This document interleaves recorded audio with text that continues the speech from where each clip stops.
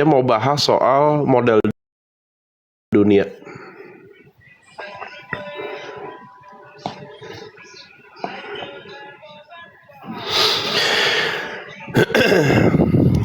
Pernah berpikir nggak teman-teman tuh ya, sebenarnya model dunia orang miskin sama orang kaya itu sama loh. Dunianya sama loh, tapi model dunianya berbeda.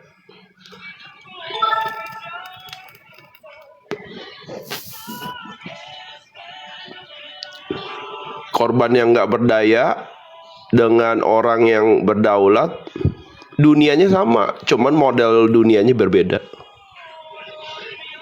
Paham nggak?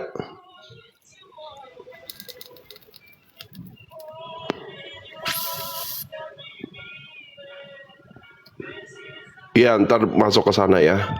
Tapi paham nggak? Dunianya sama, guys. Ya. Orang berkelimpahan, mental keberlimpahan sama orang mental miskin, dunianya sama, tapi model dunianya yang berbeda. Gitu loh.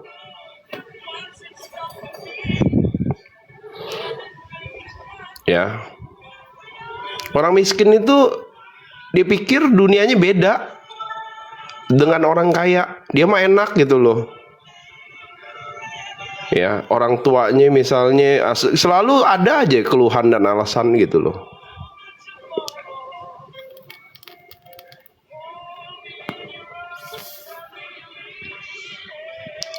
Padahal dunianya sama, cuman model dunianya yang berbeda, modelnya.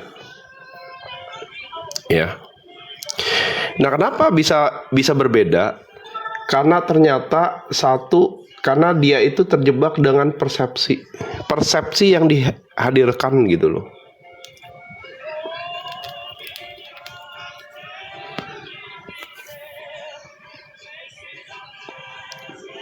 Apa sih persepsi? Nah, persepsi itu adalah antar di sini aja nih ya. Jadi persepsi itu adalah sebuah kesimpulan yang kita ambil, putuskan ya, yang didasari oleh emosi dan perasaan.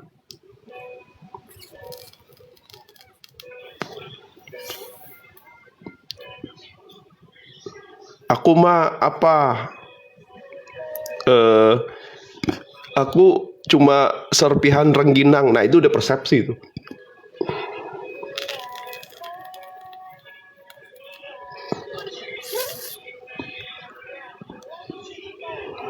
Kalau disuruh coba, aduh susah kok. Saya kan bukan orang yang sekolah tinggi gitu loh.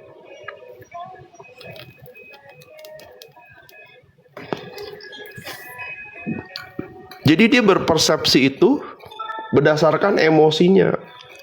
Salah satunya ya benar tuh, emosi apati. Merasa tak berdaya gitu loh. Dan pada saat dia merasa tak berdaya, dia akan terkunci dengan persepsinya sendiri.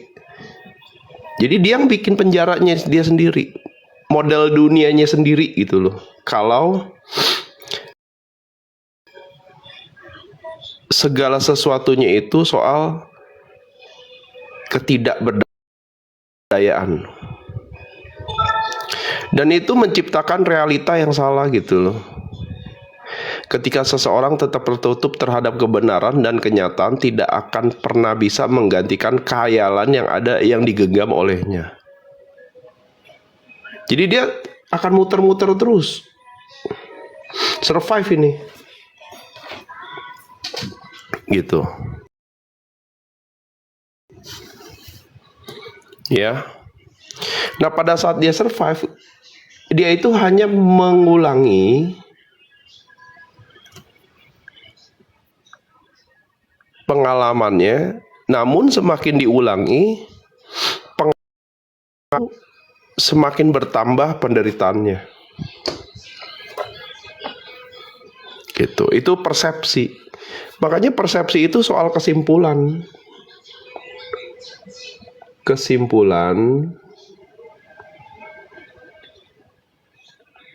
yang membuat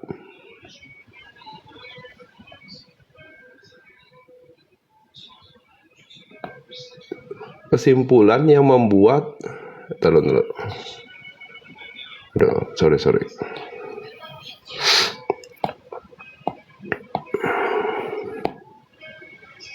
Ya, jadi persepsi itu kesimpulan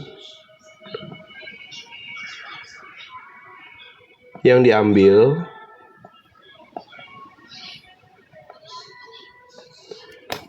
berdasarkan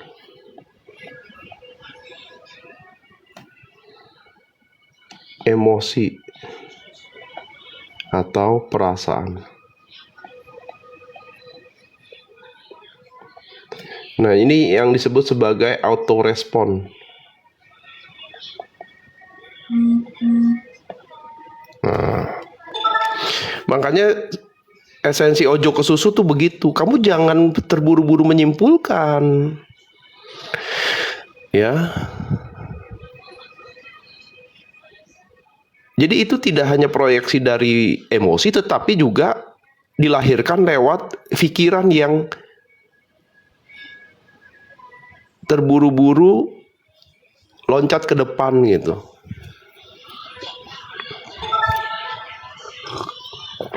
Dan persepsi itu akan membuat belenggu diri atau penjara yang bikin kita itu terjebak dalam persepsi itu sendiri. Ya. Aku itu anak orang miskin, pasti susah. Hidup itu adalah perjuangan, ya siap-siap aja berjuang. Gitu loh. Paham nggak? Kalau mau kaya itu harus kerja keras. Ya sudah, kamu akan kerja keras gitu loh. Paham ya? Nah, itu persepsi. Makanya saya selalu ngomong ojo ke susu. Kenapa? Karena kamu akan terburu-buru membuat sebuah persepsi. Dan itu yang bikin kamu itu terjebak dengan persepsimu sendiri. Ya. Dan kamu akan berposisi sebagai yang mengalami gitu loh. Paham nggak?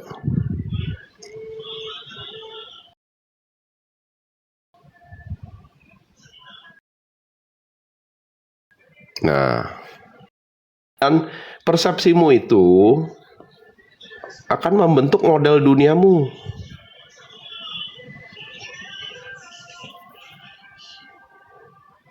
Iya, kuncinya belajar jeda. Makanya jangan terburu-buru disimpulkan.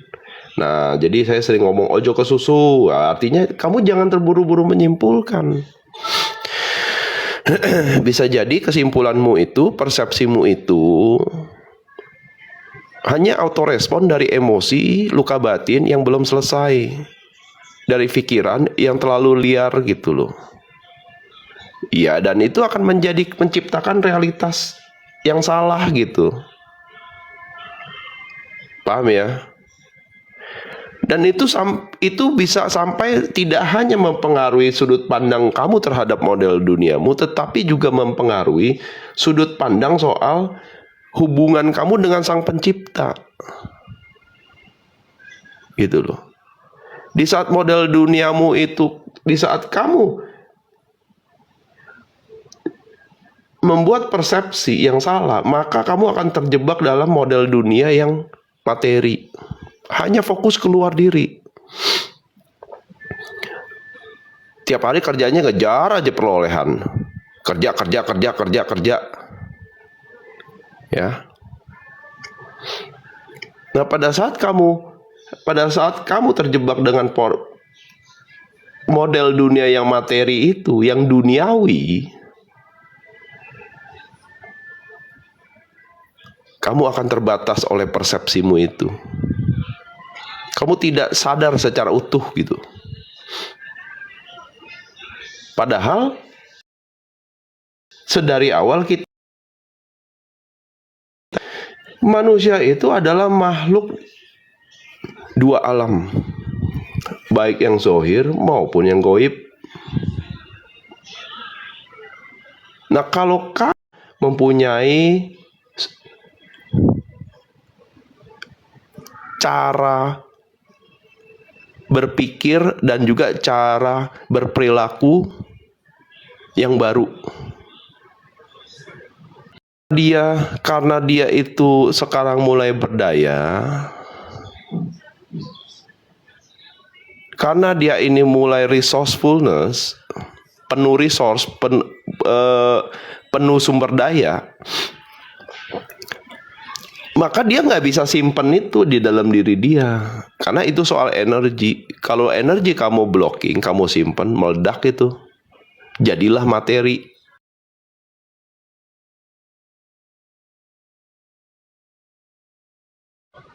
Kenapa? Ya. Karena energi itu memang harus dialirkan. Sifatnya adalah mengalir dia. Di saat kamu menahan aliran energi itu, disitulah lama-kelamaan akan terblok dan menjadi sebuah materi. Salah satunya adalah penyakit di ranah fisik. Jadi kanker, tumor, ya itu karena ada blocking energi. Biasanya karena adanya ketidaksadaran sehingga dia melakukan yang namanya itu penimbunan sampah-sampah emosi. Kenapa emosi? Karena emosi itu kepanjangan, emosi itu singkatan dari energy in motion. Energi itu harus ngalir. Ya, jadi emotion itu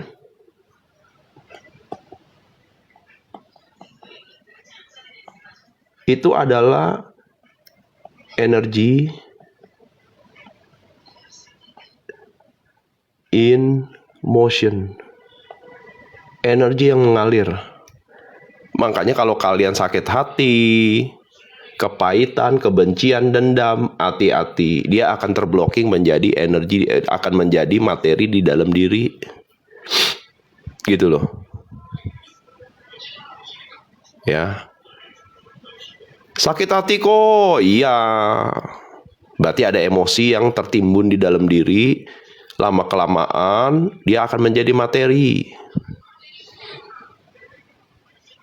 Karena sejatinya emotion itu harusnya dialirkan, energy in motion gitu loh. Ya. Bukan kamu simpen di dalam diri. Cinta juga emosi. Iya, cinta juga emosi. Gimana cara mengalirkannya? Lewat yang namanya giving. Sedekah, guys. Kenapa kalian tuh diarahkan untuk sedekah? Ya. Supaya kamu itu tidak menahan energi. Gitu loh.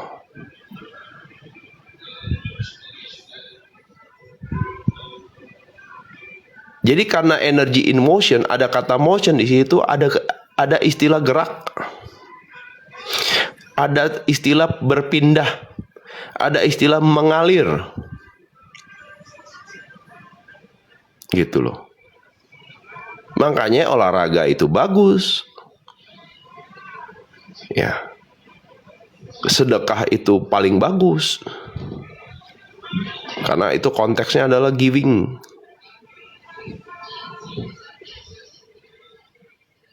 Meditasi juga bagus. Gitu loh. Biar siklus energinya mengalir alami, ya letting go, belajar letting go. Letting go itu kan melepaskan ya beban-beban emosi, energi yang terblok untuk dirilis, di letting go, dilepaskan.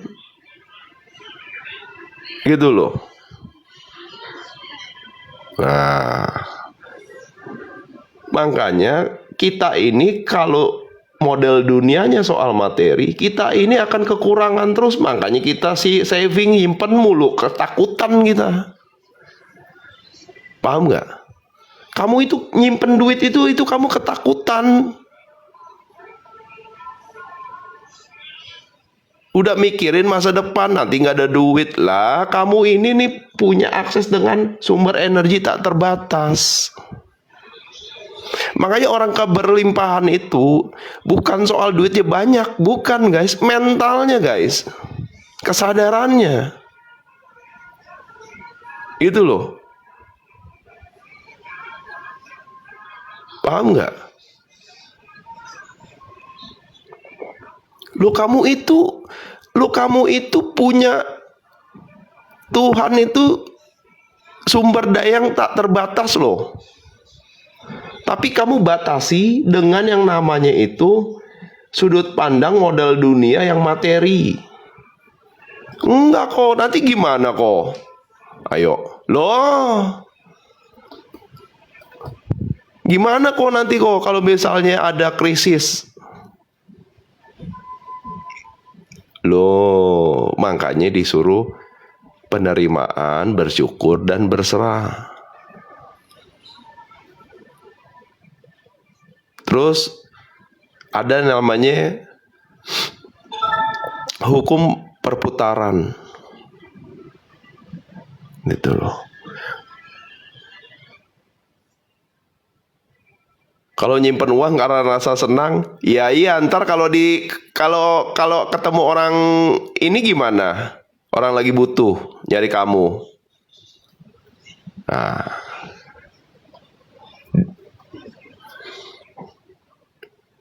apalagi teman-teman muslim itu udah ditulis kalau sedekah itu diganti 10 kali lipat.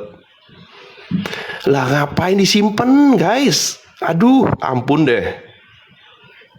Disimpan itu kamu susut nilainya. Paham nggak? Gitu loh. Artinya ya sedekah aja, ntar juga dipulangin lagi 10 kali lipat. Paham nggak? Ngerti nggak? Disimpan buat masa depan anak lo. Emang anakmu itu nggak punya otak buat bisa cari duit apa?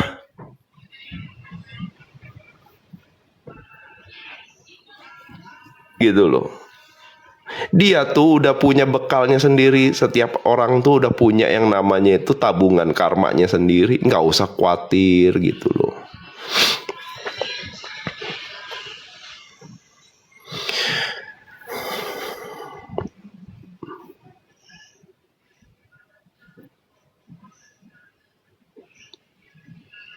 Salah kok? Ya nggak salah. Tapi itu namanya kamu fokus ke keinginan. Bukan soal kebutuhan gitu loh.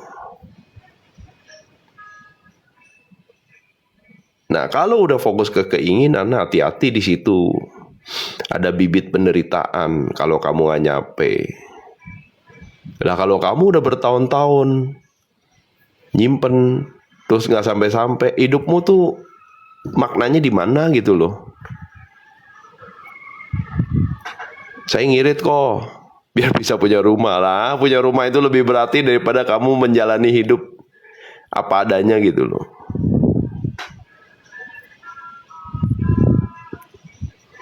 Jadinya kamu sebelum mencapai keinginanmu itu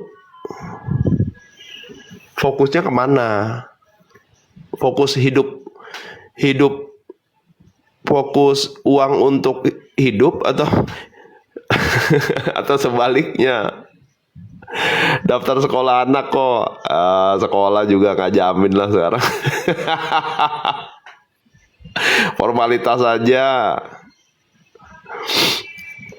gitu loh. Kenapa kamu tuh nggak boleh stuck di saving? Kenapa? Ini mau saya jawab nggak? Kenapa ini terbatas?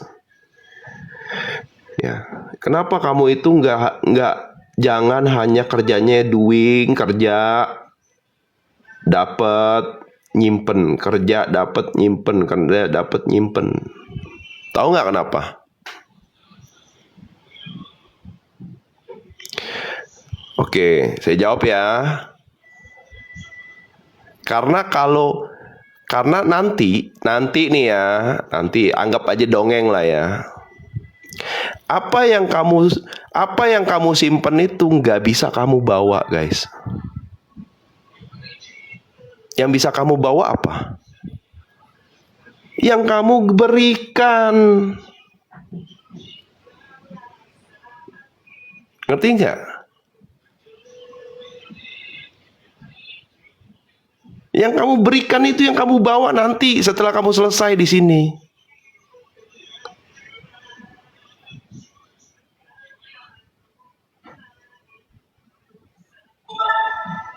Terus kamu bisa bawa, udah bisa kumpulin 100 M. 100 M masukin peti juga nggak muat, guys. Gimana bisa kamu bawa? Mau segede apa peti kamu?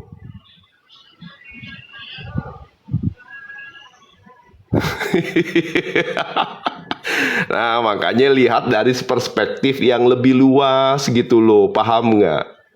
Kamu itu bukan hanya menjadi seorang manusia, tapi kamu itu makhluk spiritual yang sedang mengalami pengalaman manusia. Paham nggak? Di saat kamu melihat perspektif lebih luas, kamu akan paham apa yang saya bilang soal apa yang kamu simpen itu nggak bisa kamu bawa nanti. Ya. Tapi apa yang kamu berikan, itulah yang nanti akan menjadi bekal kamu. Mau lihat dari perspektif mana? Ayo. Agama Kristen, agama Buddha, agama Islam, sama semuanya. Udah ngapain kamu di dunia gitu? Kumpulin duit, Tuhan. Oh iya, mana duitnya? Lah, nggak bisa saya bawa. Nggak muat katanya. Ya wis. Paham kan? Dongeng. Arah dongengnya. Aduh, paham ya? Dan bikin hidup kamu itu nggak hidup loh. Kamu itu kayak hamster, nggak kemana-mana, guys. Gitu loh.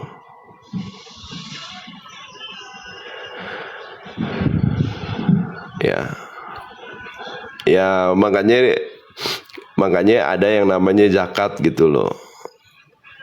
Supaya kamu tuh nggak cuma ini doang. Kadang-kadang udah nyimpen aja ada hukum zakat aja kamu masih mikir lagi gimana gitu loh.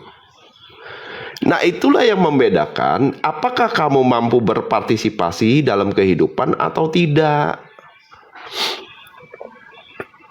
Ngerti nggak? Kalau kamu di model dunia yang ini, kamu itu nggak bisa berpartisipasi dalam kehidupan. Lo ngaku aja mental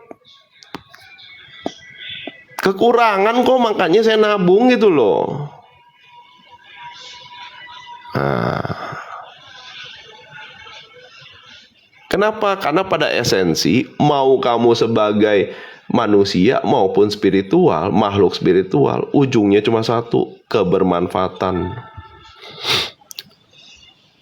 Gitu loh. Nah, nanti itulah yang nanti akan membedakan antara survive, adaptif, dan kreatif. Di saat kamu bermanfaat dalam hidup, kamu akan mampu mengakses kreativitas itu. Karena kamu diberi akses. Kamu diberi hidayah gitu loh. Loh iyalah, karena kamu bermanfaat kok buat diri sendiri dan orang lain.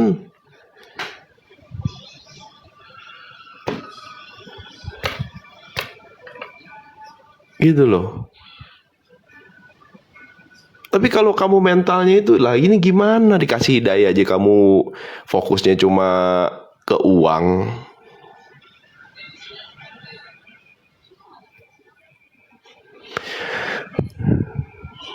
Nah, nanti kalau kamu paham Kalau kamu paham soal apa yang kamu kumpulkan gak bisa kamu bawa, tapi apa yang kamu berikan bisa kamu bawa nanti, akal itu akan membantu bagaimana menspiritualkan materimu itu agar bermanfaat. Orang kaya makin kaya itu kenapa? Karena dia paham ilmu ini. Materinya dia itu dia spiritualkan, guys. Dia paham. Makanya tuh bisa bikin yayasan. Bisa bikin yang namanya itu baksos. Itu duitnya nggak kecil loh. Karena dia paham gitu loh. Materi yang dimiliki itu dispiritualkan sama dia.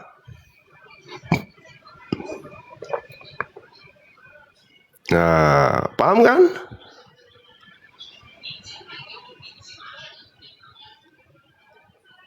Masalahnya kalian nggak nyampe kalau masih model dunianya, persepsinya soal materi.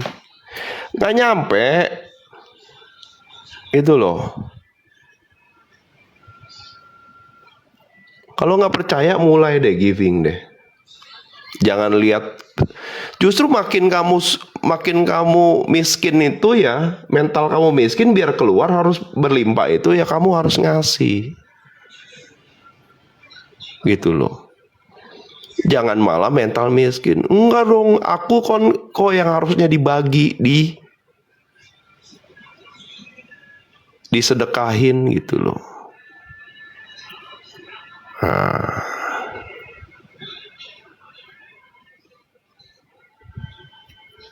Kenapa? Karena makna itu adalah pada saat kamu bisa berpartisipasi dalam kehidupan. Itu makna kehadiranmu di sini. Ya, nggak usah ngomong jauh-jauh misi jiwa, nggak perlu. Apa yang bisa kamu lakukan untuk bisa berpartisipasi dalam kehidupan minimal. Mau makan enak aja mikir, kan saya mau beli rumah kok. Ya udah. Gitu loh.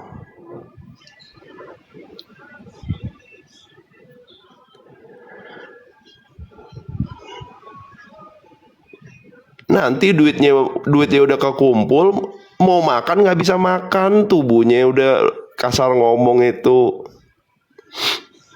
tidak memungkinkan untuk sembarang makan.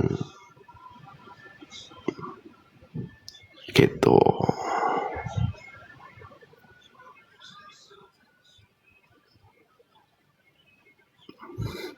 Karena meaningless. Kamu nggak hadir di sini saat ini sekarang. Gitu. Ya. Nah, pada saat kamu giving itu kamu dapat makna, disitulah kamu menyadari fitrahmu itu, yaitu kepanjangan tangan dari Sang Pencipta. Nah, kalau udah di sini, udah paham ini, nah konteks amanah dan istiqomah itu nanti hadir tuh. Istiqomah. Ini ya. Nah, baru dihadirkan karena udah pantas gitu loh. Ya kan? Lah kalau kamu masih mental di sini, lah gimana mau dikasih amanah gitu loh, ntar malah disimpan lagi.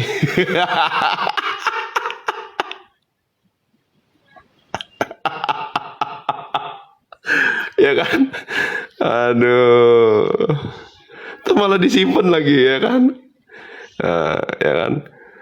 Kohen, ini saya titip ya. Ya, tapi kamu nanti nanti kamu itu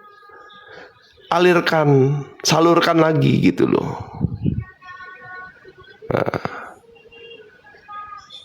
untuk apa? Ya untuk spiritmu itu loh, supaya jiwamu bertumbuh, supaya jiwamu punya makna. hadir di kehidupan ini. Begitu jalan 2-3 meter, sayang juga ya, saya kan butuh mau buat ini, mau buat itu. Jadinya disimpan lagi, survive lagi gitu loh. Aduh.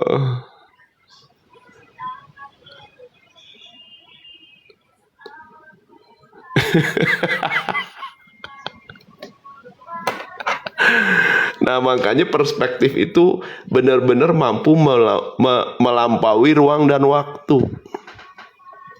Kamu mau jadi yang mana? Mau jadi yang tidak berdaya sehingga kamu tidak mampu bermanfaat bahkan ke diri sendiri, atau kamu mau mulai berdaya sehingga kamu bermanfaat ke diri sendiri dan juga orang lain. Tinggal pilih. Itu soal perspektif. Ya. Mayoritas orang iya belum tentu kan mayoritas itu benar gitu loh. Makanya banyak orang korupsi, udah diberi amanah pun gitu loh. Paham nggak? Padahal sebelum diberi amanah, pas sumpah jabatan itu, ngomongnya itu udah sumpah, ujungnya korupsi lagi. Gitu loh. Ujungnya ini lagi mengumpulkan. Ini saving itu soal mengumpulkan, dikumpulin gitu loh.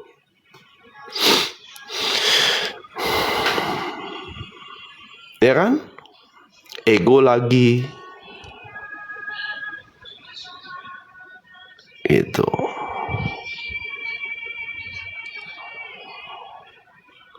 Nah, sampai sini paham gak nih? Persepsi sama perspektif. Jadi persepsi itu adalah kesimpulan yang kamu buat yang sehingga menciptakan realitas yang salah, yang didominasi oleh yang namanya emosi dan perasaan. Makanya emosi-emosi itu harus dialirkan, karena emosi itu soal energy in motion, itu energi semua guys. Gitu loh. Nah, kalau udah terjebak di persepsi, keluarnya gimana? Ya beralih ke perspektif, cara sudut pandang kamu step back dulu, keluar, zoom out gitu loh.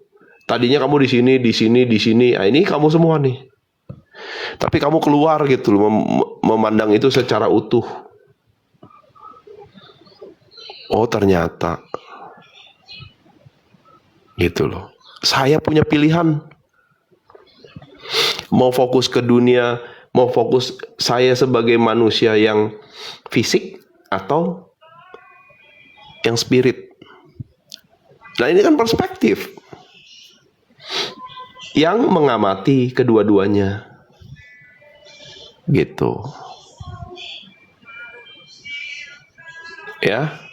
Nah coba dilihat dulu ya. Soalnya ada panggilan alam nih, 2 menit ya.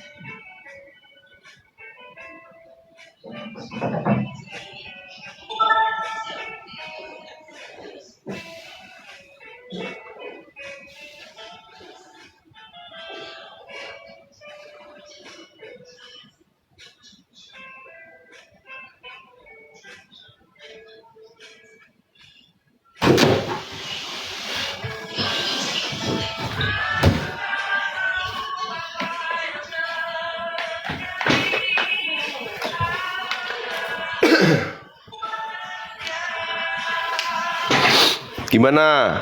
Nangkep gak? Paham gak nih? Ya, kamu mau jadi yang mana?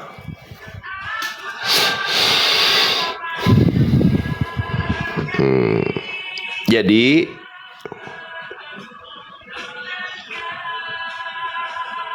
sebenarnya kamu itu sedang berinteraksi terus-menerus dengan semesta.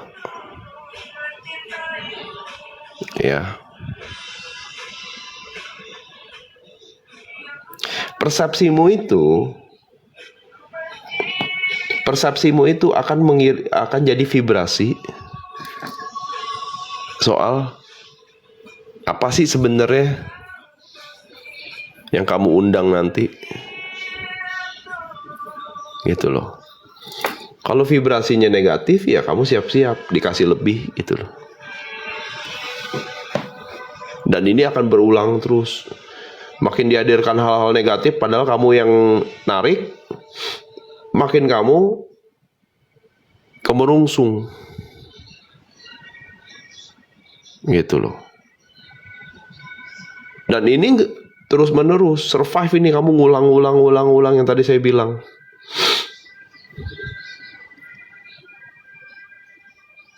Mutusnya gimana? Ya jeda ini nih.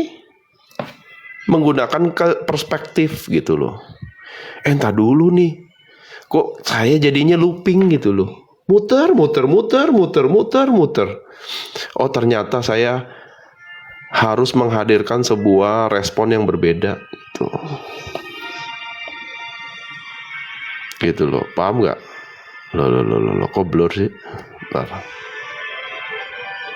Nah. Jadi nggak auto respon. Begitu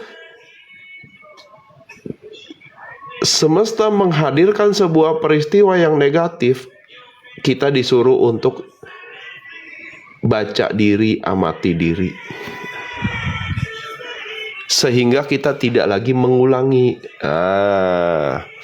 Makanya Einstein bilang, kegilaan adalah melakukan hal yang sama berulang-ulang dan mengharapkan hasil yang berbeda. Itu namanya gila. Jadi selama ini kamu ini hidup itu waras apa gila, gitu loh. Itu menurut Einstein.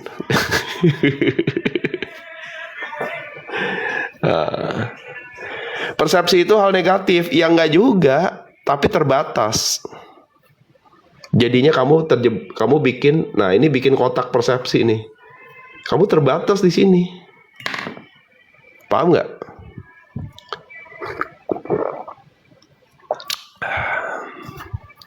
Ya. Kalau kamu bilang hidup itu perjuangan, ya udah kamu terbatas dalam persepsi kalau kamu itu harus berjuang terus. Ya sok monggo lah, kamu berjuang aja terus sampai kamu selesai. Ya. Dia akan tertutup terhadap kebenaran dan kenyataan tidak akan pernah bisa menggantikan khayalan yang digenggam oleh dirinya sendiri. Gitu loh.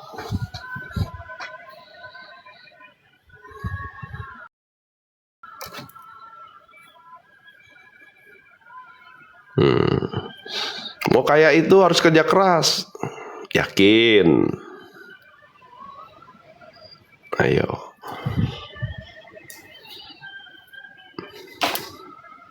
Yakin nggak?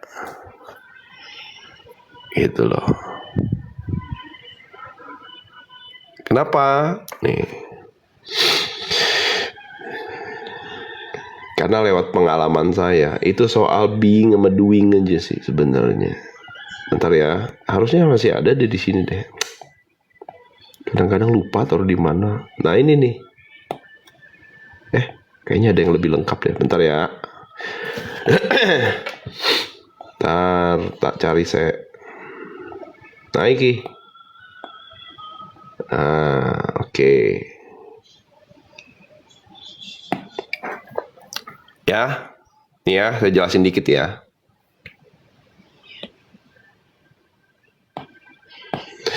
Ini soal 100% yang kamu dapatkan. Oke. Ini soal apa yang kamu dapatkan. Ini 100% semua nih. Ini soal apa yang kamu kerjakan. Ya. Ini soal fitrahmu sendiri. Kamu kenal gitu loh siapa kamu. Oke. Nah, kalau kamu punya yang namanya persepsi hidup, kalau mau kaya harus kerja keras, seharusnya maaf ya, kerja buruh itu yang kerjanya keras dari pagi sampai sore lebih kaya dari kamu, harusnya gitu loh kalau persepsinya seperti itu. Paham nggak?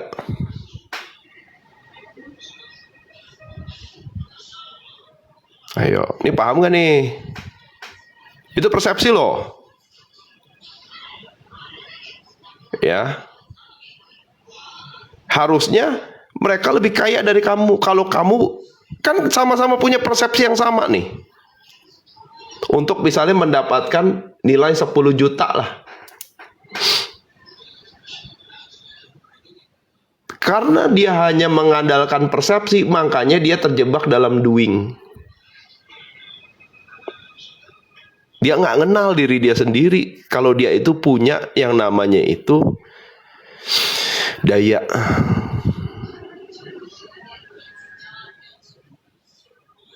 Nah, ketika ngoyo malah mampet. Iki baru bener nih, ngalamin dulu. Nah, tetapi ada loh orang ya, yang dimana dia mulai kenal dirinya sendiri. Dia tahu passionnya dia, apa yang dia lakukan easy menurut dia, apa yang dia enjoy gitu loh. Paling nggak yang dia enjoy dulu lah. Gue suka nih gitu loh. Ya kan? Jadi doingnya itu lebih ringan. Tetapi penghasilannya kok sama. Ayo. Nah, kenapa? Karena being-nya hadir. Diri sejatinya hadir gitu loh. Enggak, kamu kan enjoy melakukan ini loh. Betul, nggak ada beban dia. Ya. Nah, jadinya easy. Dia mengerjakan apa yang menurut dia gampang. Gampang kayak kok. Gitu loh. Nah, pada saat dia makin mendalami diri dia lagi, loh, kok saya jadi expert sekarang ya kok ya? Gampang, enjoy, kok jadinya ahli gitu loh. Dia makin kenal diri dia yang unik itu. Otomatis doing-nya, effortnya itu makin sedikit lagi. Itu loh. Tapi dapatnya tetap sama. Loh, ini gimana ini kok? Enak banget. Ya iyalah. Sampai di titik kamu itu menjadi dirimu sendiri, doing-nya itu effortlessly. Nah, inilah disebut effortlessly success.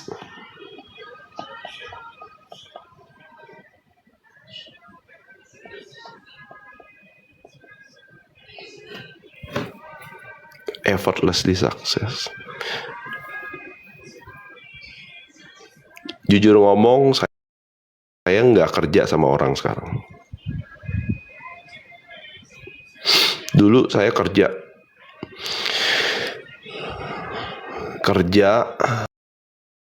ngejar mimpi yang dilahirkan. Hidup tuh harusnya kayak gini. Dikejar. Gitu loh. Udah nggak dapet, ya. Tabungan juga nggak banyak amat. Kena COVID, guys, mampus udah. Gitu loh. Ya, penghasilannya dari mana kok? Ya ada aja. Kenapa? Karena Saya setiap Senin, Rabu dan Jumat sedekah ilmu. Saya yakin pasti ntar balik lagi. Ada aja. Gitu loh. Nah, penghasilannya dari mana? Ternyata pada saat COVID semua tutup, saya juga udah nggak kerja. Udah itu nyari solusi praktis. Main waktu itu tuh main ini lagi, judol lagi kan. Habis semua minus. Sampai di titik ya udah angkat tangan deh, berserah total gitu loh. Besok mau game over juga nggak takut, udah mentalnya lagi dibentuk ternyata, ditempa. Begitu mentalnya udah terbentuk, saya paham soal giving. Ini jangan terbatas sedekah itu soal materi, enggak. Ya, banyak. Waktu kamu bisa sedekahkan, ilmu bisa kamu sedekahkan, tenaga bisa kamu sedekahkan. Ya. Sampai yang namanya paling gampang doa. Sedekah doa itu udah paling gampang, guys. Cuman karena kita nggak sadar, ya. Kita cuma taunya sedekah itu soal namanya materi. Disitulah kamu terjebak, terbatas. Ya. Zikir sedekah nggak? Ya zikir kan buat ke diri sendiri, bukan ke orang lain, gitu. Ya. Nah, pada saat saya mulai giving, makin saya being gitu loh. Makin being, makin saya giving gitu loh. Nah, disitulah saya paham gitu loh soal konteks. Jadilah dirimu sendiri dulu yang unik dan otentik sehingga kamu cukup mengalir. Di situ kamu gampang untuk having dengan sendirinya gitu loh. Kenapa? Kenapa? Karena apa yang kamu berikan itulah yang akan balik lagi ke kamu. Soal havingnya dari mana kok? Saya nggak pusing pokoknya. Gitu loh. Nggak pusing. Tiba-tiba pada saat saya mulai sedekah ilmu kayak begini, istiqomah, berbagi ilmu, customer yang lama nelpon gitu loh. Kohen, gue mau pesen barang lah.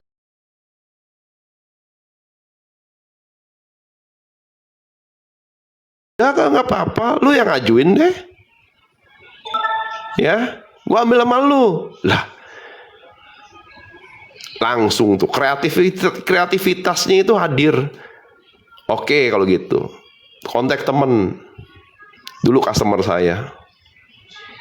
Mau nggak nih? Ada project nih, tiap bulan nih. Tapi gua nggak punya duit, jadi gua nggak bisa invest. Gua nggak ada waktu gitu loh. Kalau mau take it or leave it, kita bagi 2 profitnya setelah potong sama kos. Daripada orang gudang lu nganggur, daripada barang lu nggak muter, mau nggak? Gue jual ke customer gue. Deal udah. Jadi setiap bulan tuh kerjanya itu cuma ngambil PO. Saya nih cuma ngambil PO, lempar PO, sama nuker faktur. Udah setiap bulan. Itu kerjaan itu dalam 1 bulan itu 1-2 hari udah selesai. Tapi karena ini bagi hasil, ya income-nya itu melebihi dari cukup waktu saya dulu kerja sama orang. Makanya dengan bisa dengan happy ya begini gitu. Berbagi tanpa ya kasar ngomong udahlah gitu loh. Saya juga nggak minta koin sama kalian.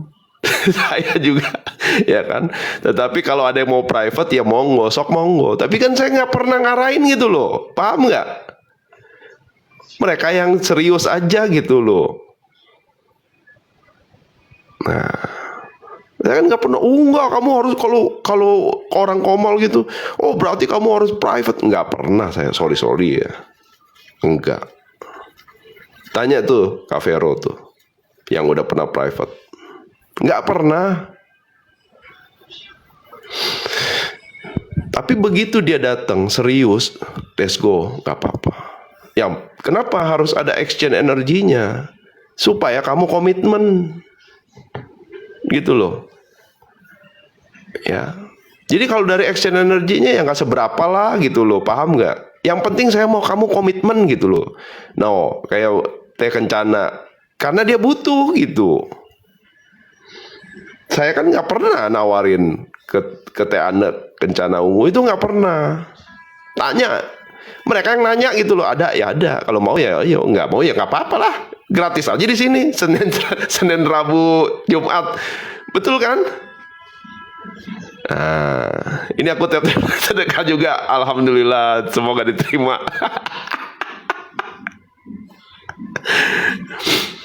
Nah, jadi ini saya ngalamin. Makanya kenapa saya selalu bilang fokus aja ke dirimu sendiri dulu. Ntar kamu kreatif tuh. Pasti kamu kreatif. Di saat kamu kreatif, udah kamu soal beginian mah datang sendiri, udah beneran guys. Saya nggak bohong. Beneran guys. Nah makanya pada saat kamu bisa merubah prasangkamu atas dirimu sendiri, dari yang tadi ke sini, dari yang terbatas menuju yang tak terbatas itu, mau tidak mau kamu mulai aktualisasi diri. Di saat kamu bisa aktualisasi diri, nah di sini petanya kelihatan ya. Inilah yang nanti akan kamu alami di realita. Ya. Apati itu di sini nih guys. Orang ketakutan di sini nih.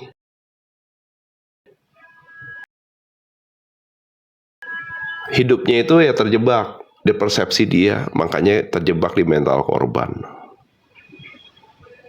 Ya. Tapi pada saat dia bisa cinta ke diri dia sendiri, apa yang dialami itu adalah hadirlah sinkronitas dan keajaiban. Jadi keajaiban itu bukan soal hal yang langka. Masalahnya kamu belum jadi diri sendiri. Paham nggak? Di saat kamu jadi diri sendiri, keajaiban itu hal yang mudah. Contohnya kenapa? Karena saya udah ngalamin. Tiba-tiba customer telepon, "Kok gua ambil sama lu. Dulu saya cuma dapat komisi, sekarang dapat bagi hasil." Bayangin itu. Gitu loh. Dan itu ngalir sampai sekarang.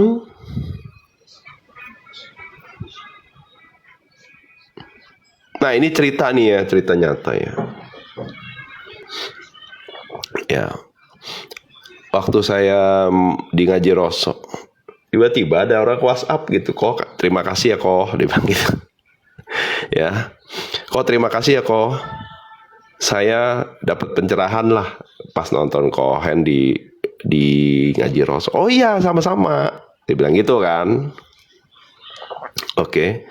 Tiba-tiba dia nanya, "Kok boleh nggak sebagai bentuk terima kasih saya minta nomor rekening?" Ya wes lah. Namanya semesta udah menghadirkan gitu loh. Oh ya udah. Akhirnya dia transfer. Gede amat, saya bilang, "Kalau gitu nanti hitung private aja ya," saya bilang gitu. "Oh ya boleh kok," katanya, "pas nanti ke Jakarta." Gitu. Nah pas di Jakarta ngobrol-ngobrol, nah, dibantulah, dibersamai sampai kebongkar. Oh dia masih ada ini, masih ada itu. Akhirnya dia latih. Dan sekarang alhamdulillah, puji Tuhan itu on the way keluar gitu loh.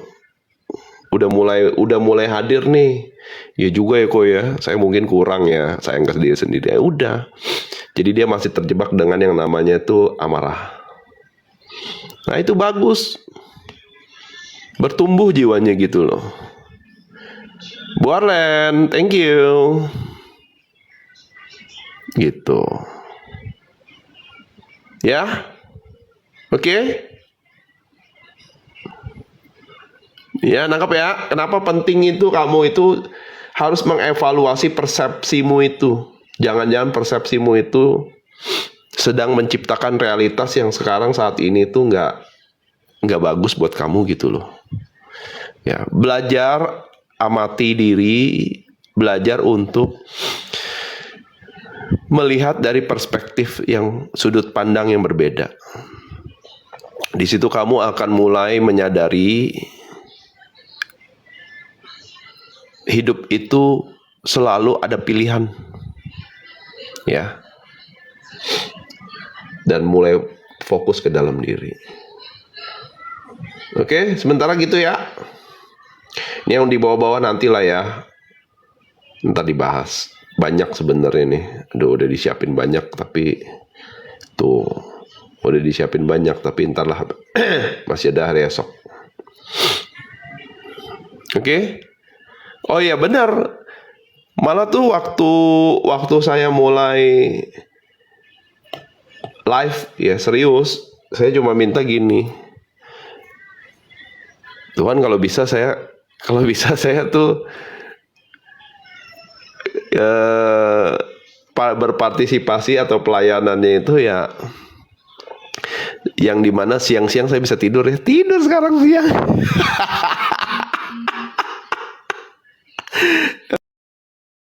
Gitu loh.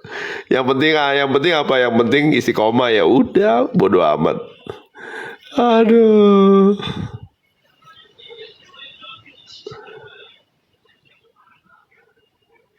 Ini yang ini di screenshot lah. Jadi emosi-emosi ini nanti akan mempengaruhi apa yang kamu alami di realita. Ya makanya hati-hati sama doa gitu loh. Tuhan, saya mau punya pacar yang punya mobil 2 pintu. Nggak taunya mobil bak, mampus nggak ngangkatin sayur.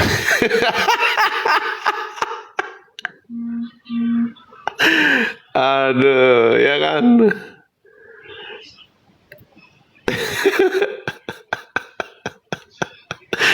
Tuhan, saya mau kerja yang ongkang-ongkang kaki. Iya, penjahit ongkang-ongkang kaki nginjekin mesin.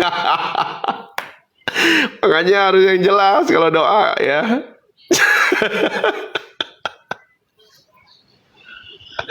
Oke. Jadi hati-hati ya guys dengan persepsi. Belajarlah untuk menyadari, mengevaluasi ya. Jadi persepsinya dievaluasi, dikoreksi gitu loh. Kenapa? Karena mungkin itulah yang membentuk model duniamu. Apakah model dunia sebagai dunia yang materi atau dunia yang spiritual gitu loh. Ya. Oke, paham ya? Nah, jadi ini soal persepsi versus perspektif. Tapi ntar saya dalemin lagi ya. Ya, saya dalemin lagi. Yang penting adalah kenapa ada banyak orang sekarang itu terpanggil untuk berbagi. Ya. Karena momentumnya lagi memang secara kolektif sedang bertumbuh. Ya. Makanya jangan heran akan banyak orang tuh yang mengakomodir kebutuhan jiwa kamu gitu loh untuk belajar. Ya. Nanti kenapa? Supaya kamu juga, kalian semua juga bisa sampai ke sini, mempunyai makna berpartisipasi dalam kehidupan gitu. Ya. Karena secara esensi kita semua sama. Oke?